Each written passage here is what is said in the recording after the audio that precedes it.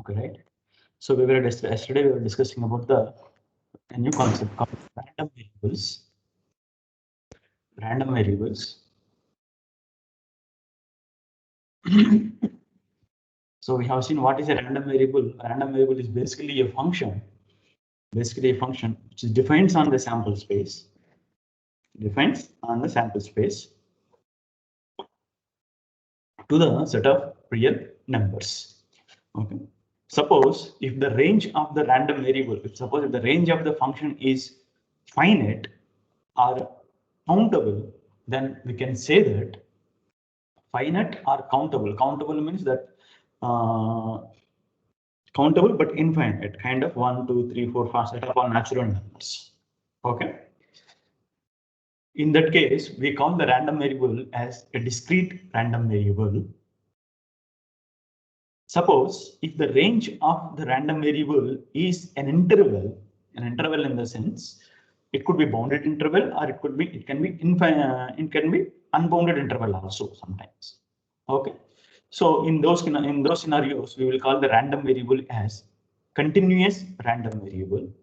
So we have seen a couple of examples. What are the examples of discrete random variables? For example, if the sample space is some of the numbers on the upper face of the two dice, then the random variable x can take the values from 2 to 12 only. So it is taking the range of x is actually finite. Hence, this is an example for the discrete random variable. Okay. And at the same time, we can also define on the same experiment, on the same sample space, we can define number of random variables. For example, if you look at the another random variable, y, which actually gives the sum of the squares of the faces, then it also takes very less finite number of values only, 11 values. So what will happen, this is also a discrete random variable. And coming to the, and then in another experiment, where we are tossing two coins, this is the sample space. If the function defined is number of heads, then number of heads, then that is also a discrete random variable where the number of x will take only a finite number of values like 0, 1, and 2. So yeah, so in this case also x is discrete random variable only. Suppose if the random variable gives, suppose if the sample space is a set of peoples, a group of people, and suppose if the random variable x defined on the group of people to the r is represents the height of the particular person, then what will happen? X may take the range of x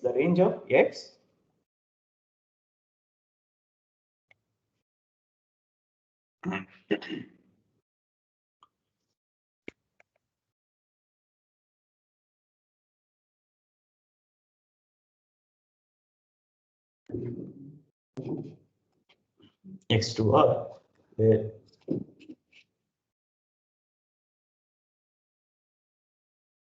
group of people will define as x of any s is equal to height of the person s. Okay, then the range of x will be an interval. Here range of the random variable x is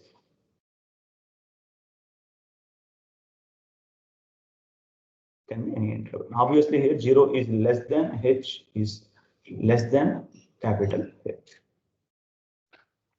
Okay, so what will happen? This is the random variable which takes the values, most of the values from between two limits. In fact, it is a bounded interval. So it will be a continuous random variable. Suppose another example. Suppose if x is defined as lifetime of of an electric equipment or simply lifetime of a tube light or lifetime of a tire, okay, or lifetime of a branded tire. Okay, so in these cases, we will get like lifetime of a tube light, maybe in terms of maybe in terms of minutes or in terms of a fraction of seconds. Also, we can evaluate, we can measure. Okay, then in this case, the x, in this case, the random variable x will be a continuous random variable. Okay, so to summarize the entire thing, a random variable x is said to be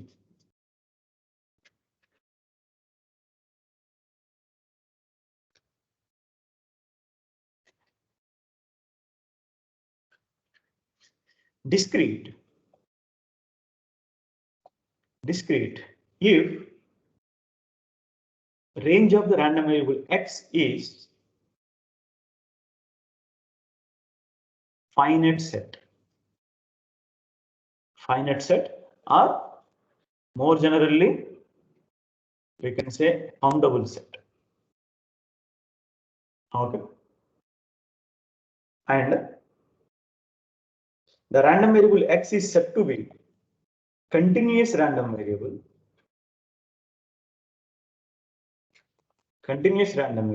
if range of the function x, that is a random variable, is an interval. It can be bounded sometimes, or it may be unbounded also. It may be bounded and it may be unbounded also. Okay. Now, what about this? Now this is about the random variable. Now, what actually this random variable helps us? Let us discuss both for the discrete case and the continuous case also. What actually it shows us? The very first thing, as yesterday we have seen with the different random variables, what we have obtained. We have obtained different subsets of the sample space. Yes. Okay.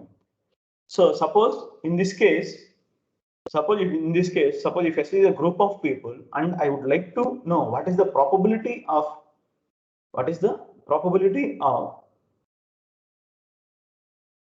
people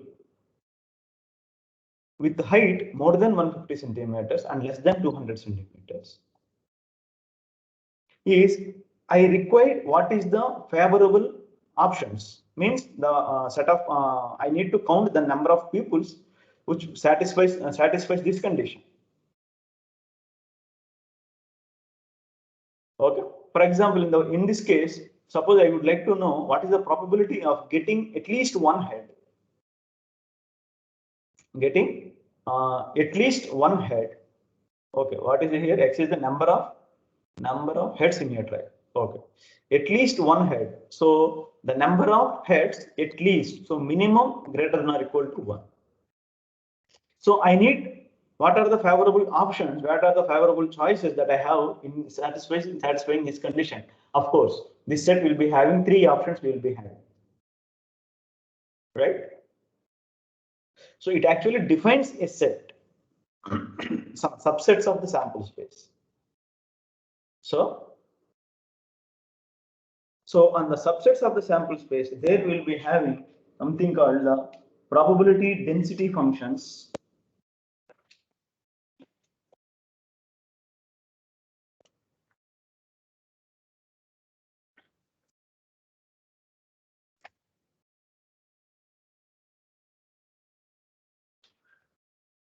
Probability density function. So what is this probability density function? So it is actually, okay, let me separate it. Actually, for the discrete random variable case, we call it as probability mass function. But most of the textbooks, they will write probability density function for the discrete variable case also. And for the continuous random variable case, we call it as probability density function. Okay, this is the discrete random variable case, and this is the continuous random variable case. So in the discrete random variable case means obviously what? The range of x is finite or countable. Assume that it is a finite set range of x. So now I would like to look at the classical, what are the probabilities of the sets, the random variable x is equal to xi. So this will be a subset of the sample space. Yes. Now I would like to know what is the probability of this set. So let me represent that is with pi. Pi.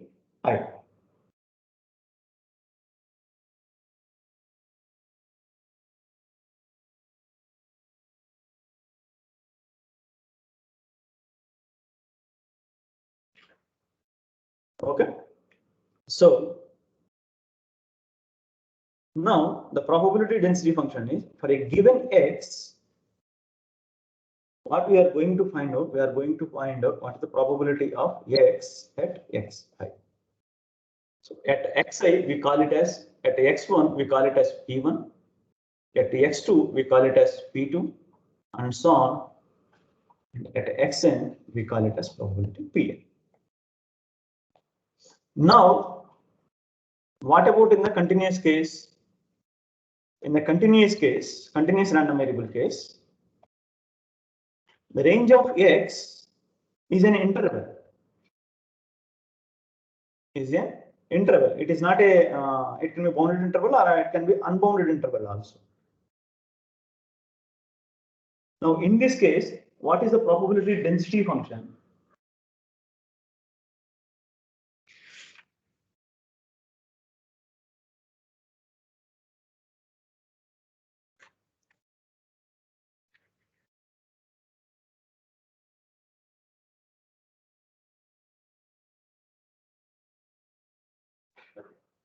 So here, suppose this is the real value x, and suppose this is the variable x. This is the variable x. Now, with a small the rate of change here, consider here x plus dx by 2 and x minus dx by 2. It is a, as we said, probability density function for the continuous random variable case. Assume that it is a function f of x. Assume the function it is f of x. So within this interval,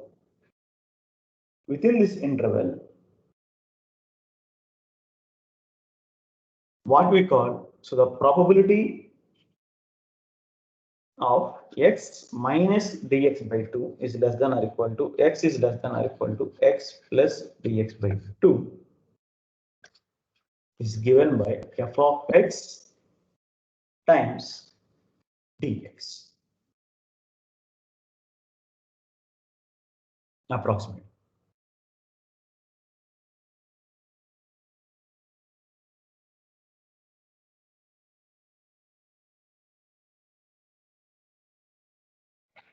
So here the curve y is equal to f of x is called the probability curve or probability density curve.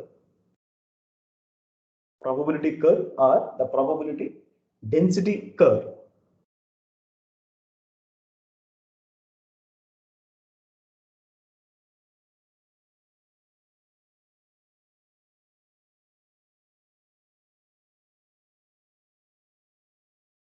or a function f of x is said to be probability density function if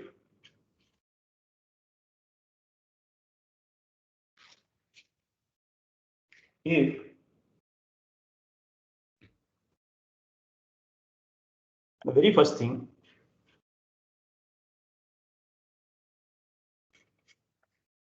f of x must be always non-negative for all x in the range of x. And the second one, the integration over the range of x, where r of x is an interval, f of x dx must be equal to 1. What actually it gives, it is a probability f of x will give. It is f of x is basically the probability of the function random variable, probability of the set where the random variable x is equal to x. Okay. In the discrete case, what we must have, what is this one pi? It is the probability. So what must happen here? All the pi's must be greater than or equal to 0 for all the I. And not only that one, what should happen to the sum of all the pi's? Sum of all the probabilities, what should happen? It should be equal to 1. It should be equal to 1. Okay. So here the geometric idea of the continuous random probability density function of a continuous random variable. Look at here, f is different and the random variable x is different. Okay, that is you should identify.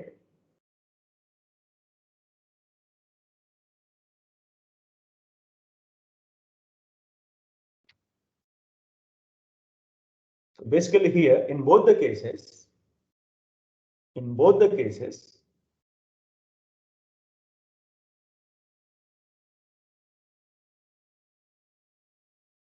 here in this case, it is probability of the set where the random variable exactly equal to x.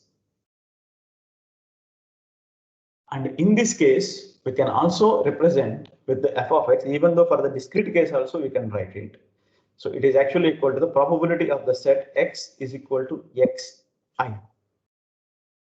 Okay. So generally in many other textbooks, they will use a different notation. So we will also follow the same thing. For example, here they will simply write it is p of xi. Okay. Have you understood why this summation of the pi should be equal to 1? Why this summation of the pi should be equal to 1? Here, if you look at this set, let me explain with some example here, particularly for the discrete variable case. Suppose x is the random variable which gives the number of heads. The experiment is tossing 2 coins. Okay. Then obviously, what is the range of x? The range of x is finite. Maybe no heads, maybe 1 head, maybe exactly 1 head, or maybe 2 heads. Maximum of that is a possible. Okay. Now, what is the probability of what is this one here? This is x1, this is x2, and this is x3. So probability of x is equal to x1. That is probability of x is equal to x1. No heads. No heads means both are tribes. What is the probability of both are tails? It is 1/4, right? and the probability of x is equal to x2. X2 means 1, only exactly one head. So the probability of what is this set? This set will be now h, t and t h. Hence, now it is 2/4. And at the same time, the probability of x is equal to x3. So probability of x3 is 2. Number of heads should be equal to 2. So what is the set? We will get h comma h. So that is actually now again 1/4. So this is P1, this is P2, this is P3. So this is P of x1 and this is P of x2 simply, and this is P of x. So now can you see it is summation of Pi's is equal to 1/4 plus 2/4 plus 1/4 is equal to 1. And since it is a probability, it has to be a non-negative number. So greater than or equal to 0 condition should be there. Okay. Now in the continuous variable case also, we'll be having the same. Okay. But in the continuous variable case, the point masses, the point probabilities will become 0. I will explain a little later when it comes to the cumulative distributive function. Okay. Now, in the same discrete variable case, suppose what actually it will give the probability of x at x1, at x2, at x3. Actually, when we consider these sets, all these sets will become mutually exclusive and exhaustive events of the set S. Can you see this one here? This is one event, this is one event, and this is one event. These three are mutually exclusive and they are exhaustive events, and hence the sum of all the probabilities of these events is equal to 1. Okay. Now in the real case, for example, geometrically what it is, this is the place where, okay, now the random variable x can take value 0 or value 1 and or value 2. Okay, this is the random variable capital X. The range of x is 0, 1, 2 only. This is not x, this is range of x, 0, 1, 2. Now at 0, what is the probability here? In this particular case, it is 1/2. And yet 1, what is the probability here? That is 1/4. So,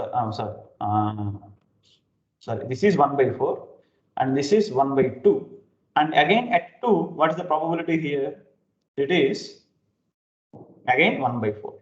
Now what actually it says in this case, the length of this straight line segments is equal to 1. The length of the line segments is equal to 1. Okay, so this is P1, this is P2, and this is P3. And this is x1, and this is x2, and this is x3. We are talking. This is the range. Now, in the continuous random variable case also, what will happen in the continuous random variable case? Assume that this is the range of the continuous random variable x. Since it is the range of continuous random variable, what we will be having? We will be having an interval. Be having an interval. Maybe assume that it is from A to B. The range of x is the interval A to B. Sometimes it can be unbounded also, no problem. Now, a function f is said to be continuous random variable when the first thing at every point, if you take any range, any small range within this,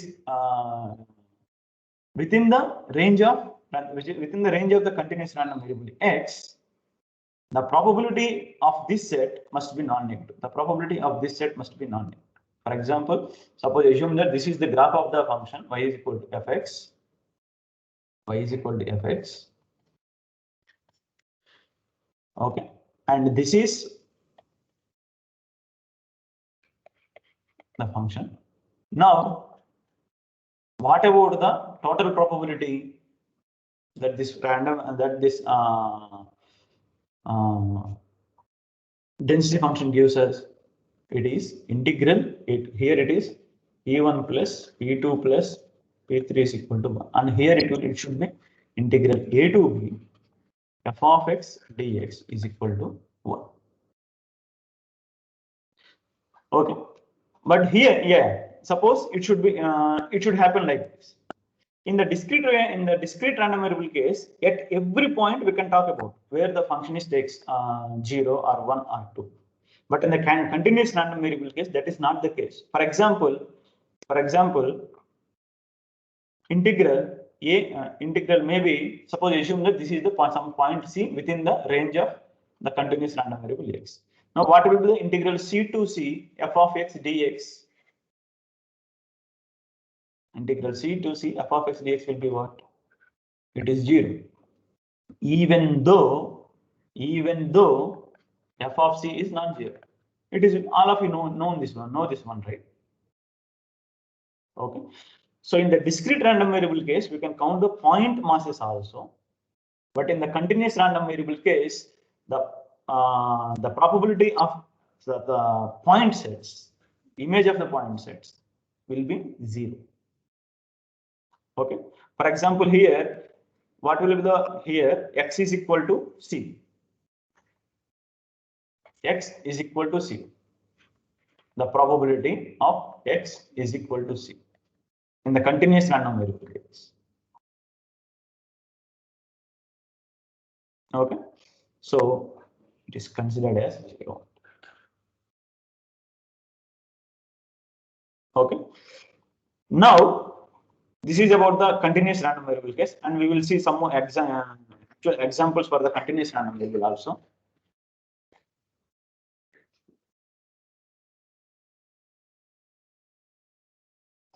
Okay. For example, let me give here itself one example for the continuous random variable case. I hope everyone is following.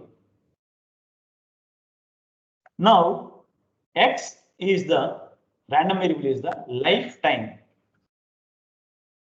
of a tube light. Lifetime of a tube light. Now, what about Rx range? What about Rx range? Range can be, it may be start from 0. The moment you switch on, it may the tube light may got burst, right? Or if you are very lucky, it may give you, it never be, we can use the tube light for our entire lifetime, but practically that is not possible. But we cannot say some bound. Okay, so this is the range of x. Now you see this one. What about the graph of this function generally in the general scenario? This is r of x. So r of x is basically starts from 0 and it is 0 to infinite. Or suppose if you know that some particular some tube lights from particular brand will not give more than 10 years, then we can restrict 0 to 10. With the additional information, if it is there, then we can restrict. Okay, then in that case, it will become the bounded interval. Now, anyway, now this on the x-axis, it is the range of x, and on the y-axis, what about this one? On the y-axis, it is the probability. Now, what is the probability that the lifetime of the tube light is 0, the new ones?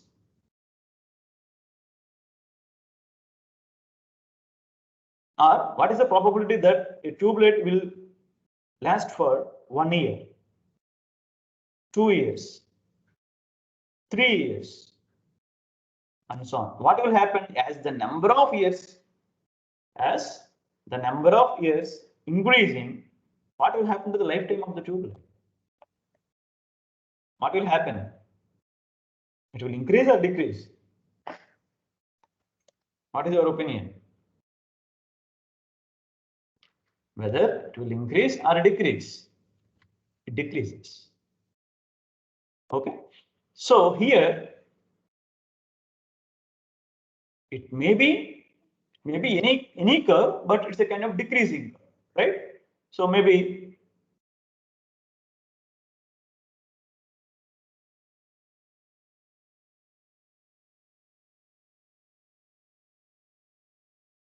okay, so this is y is equal to f of x. Now, actually here I'm not talking about only 1 year, 2 year, 3 year. So we can talk about the probability at any time, the range of x. Okay, at any time up to this point, what is the probability? At this point, what is the probability? So in the continuous random variable case, what is the probability that we can assure that a tubelet will give exactly C years? Exactly C years. You cannot say anything. Exactly C years. Exactly C years in the sense we should have the data at every minute. We should have the data. Is it possible to have? Is it possible to have such a kind of data for every minute and for every second over the period of years?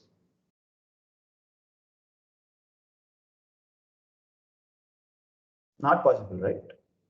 But instead, what I can, but I can give the probability only by considering the time, considering a small change of time here. Okay, within this range, okay, I can give. Within this range, I can give. That is possible. That is possible, and the probability at C will be, we will say it is 0, but we can say that it is approximately equal to the probability from C plus some delta by 2 and C minus delta by 2 less than X is less than probability.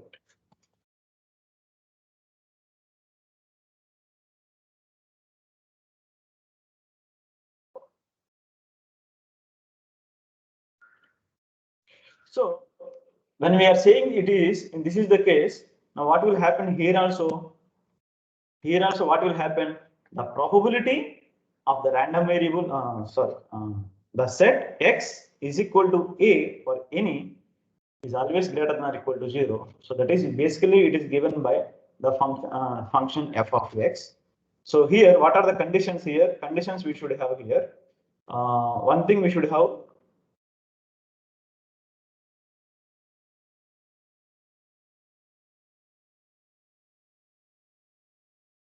One thing we should have here, that is, okay, it is, the conditions are already given, right? Okay, f of X should be always non-negative for all the range of the random variable, and the integral over Rx should be 1, the range. Okay, so that is about the integral over the area under this curve must be equal to 1. Now it is called the probability mass function and the probability density function, discrete variable case and the continuous random variable case. Now there is something called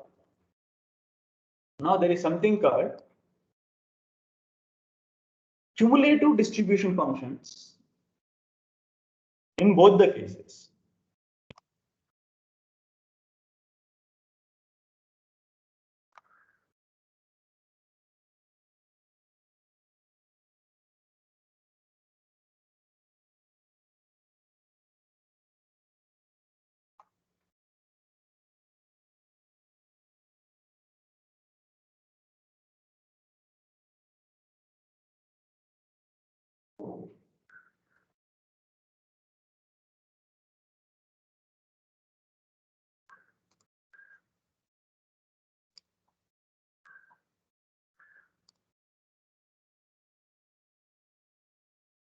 Yeah, cumulative distribution functions in both the cases.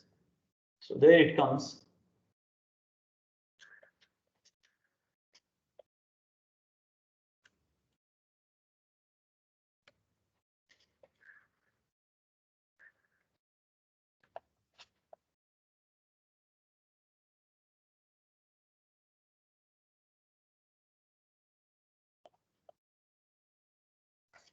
This in the short form we call it as CDF, and in here in the short form we call it as PDF. Okay, to make a little difference between the notions, we will call it as PMF, probability mass function and probability density function. Okay.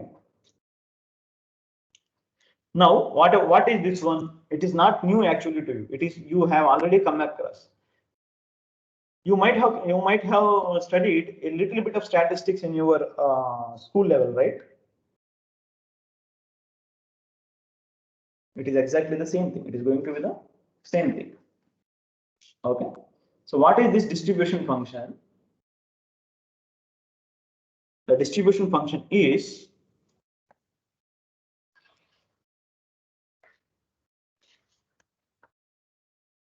again it is for the discrete variable case and the continuous random variable case. Suppose if x is discrete random variable,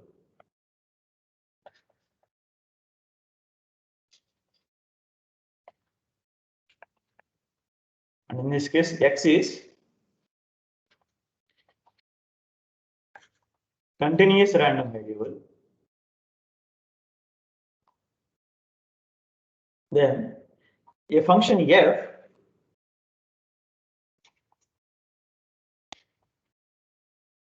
capital F defined basically from the real numbers R to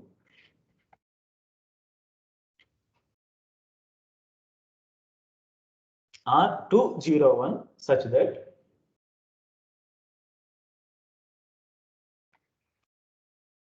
defined by capital F at the real number x is equal to the probability of the set x less than or equal to x is called the cumulative distribution function of the random variable x. And the same definition works here also. The basic definition for the cumulative distribution function is same. There is no difference. But if you would like to simplify it, then we will get different forms. For example, in the cumulative distribution, in the discrete variable case, here obviously x will take only finite number of values, x1, x2, x3, and so on, xn. Right? So in this case, what will happen here? Okay, let me go back to the go back to this one here. So here basically this R is the real number. It is not the range of x. Okay. Now if we will look at, for example, suppose if this is the x. Now what we should know, what is the probability of x capital X less than or equal to x? What is the probability? What about this set? Capital X is less than or equal to x. That is an empty set, so that will become 0. And for x, suppose if x is this one, then in this case, what we need to do? We need to collect the probabilities of this inverse image of this set from here to here, right? So in this case, there is at one point 0 at which the probability is pi.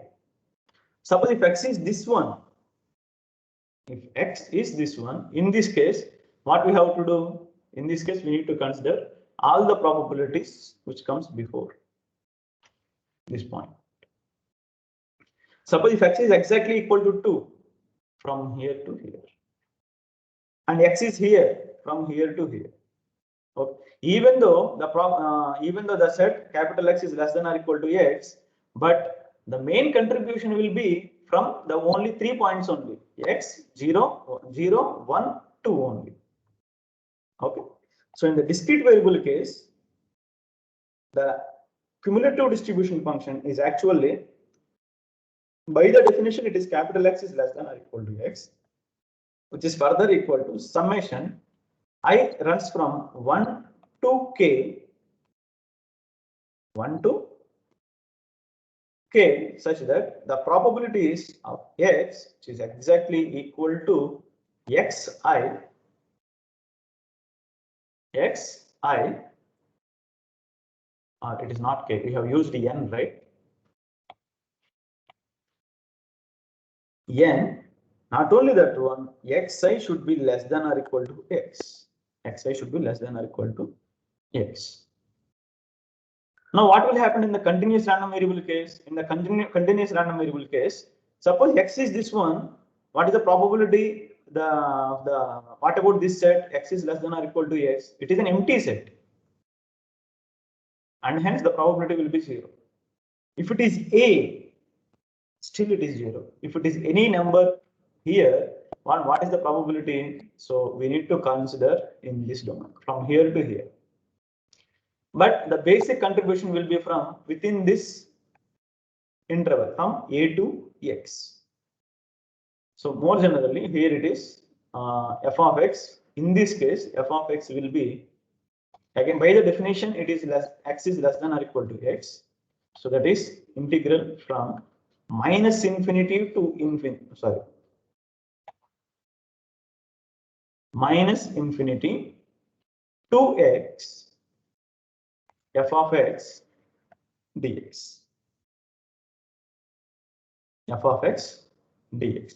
So this is the cumulative density function for the continuous random variable case, and this is the cumulative density function for the random variable case. Okay. Now, what are the properties of this cumulative distribution functions? If you look at the properties, in the discrete random variable case, it is what? Capital F of x is also probability of some set, but obviously the probability has to be 0 is less than or equal to capital F of x is less than or equal to 1. This condition should be there. Okay. And what about the second one?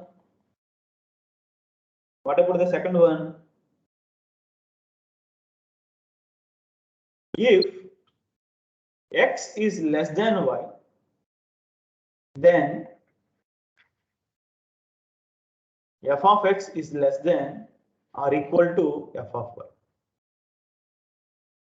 If x is less than y, then f of x is less than or equal to f of y. And in the third one, if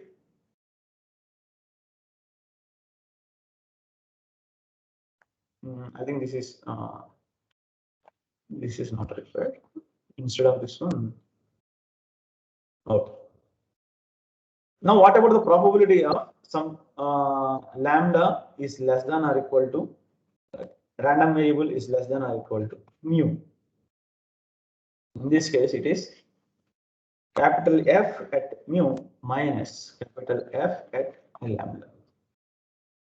That is, the cumulative actually at every point it is accumulating all the previous up to that point we have to consider. Up to that point we have to consider. For example, look at this one. Suppose this is lambda and this is mu. Now, what we should know, suppose this is the function. What it is asked, what is the probability here in this series? Okay. How to get this one? How to get this one? What about this one? What about this set? What about this set?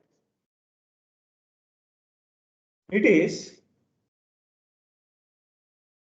probability x is less than or equal to lambda. Probability of the set x capital random variable is less than or equal to lambda. Now, what about this set?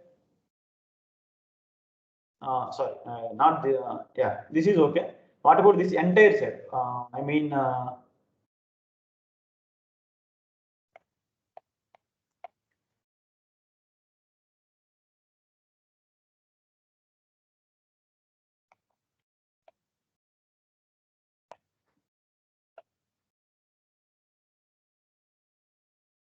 Yeah.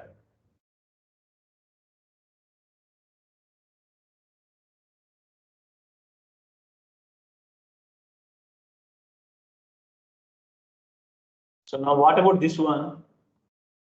That is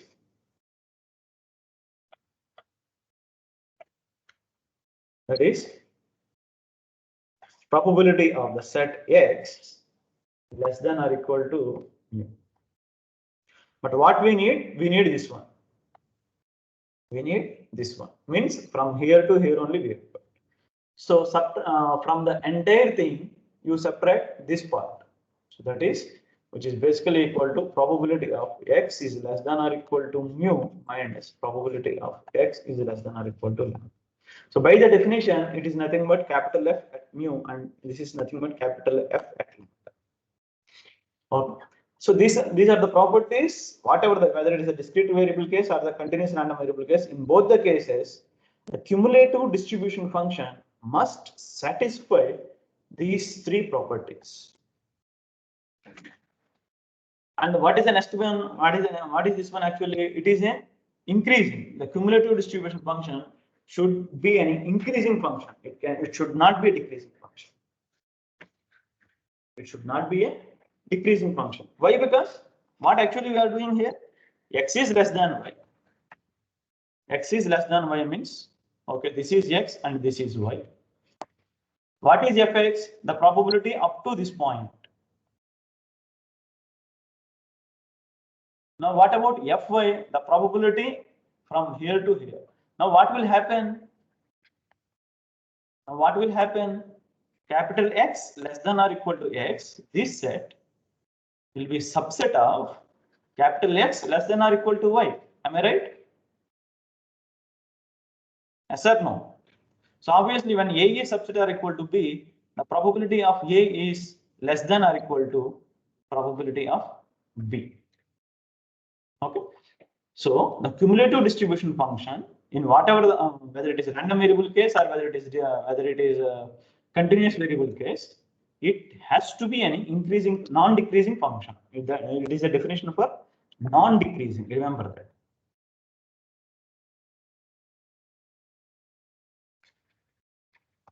Non-decreasing function. Okay. Yes. This must be true for all X belongs to R.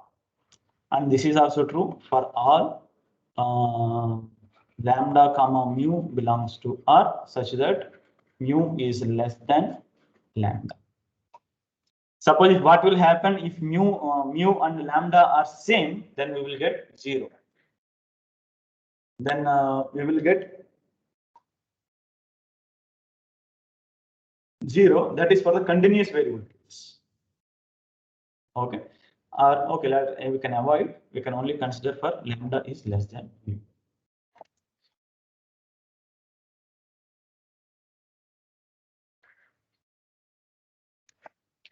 Okay, so it is about the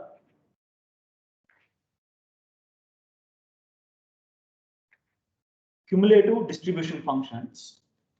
So I will stop the section here, and maybe in the next section also we have to discuss about the next section. We are going to see particular examples of probability mass functions, density functions, and their cumulative distribution functions, and mean and variance of a random variable. Okay, so that's all. So if you have any doubts, you are most welcome. I'll close the section now. Thank you all.